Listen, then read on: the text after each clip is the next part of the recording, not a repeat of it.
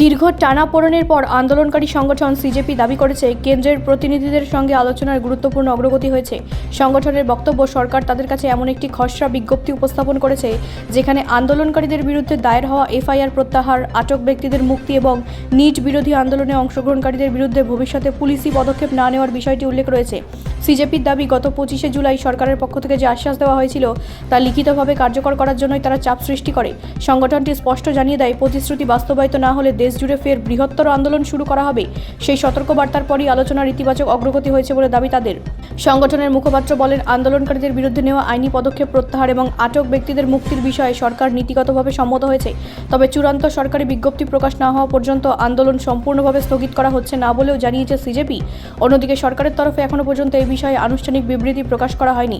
ফলে সিজেপির দাবির সত্যতা নিয়ে সরকারি অবস্থান স্পষ্ট হওয়া বাকি রয়েছে। রাজনৈতিক মহলের একাংশের মতে, সরকার ও আন্দোলনকারীদের মধ্যে সমঝোতার এই সম্ভাবনা চলমান অচলাবস্থা নিরসনে গুরুত্বপূর্ণ ভূমিকা রাখতে পারে। পরিস্থিতির ওপর নজর রাখছেন রাজনৈতিক বিশ্লেষকরাও।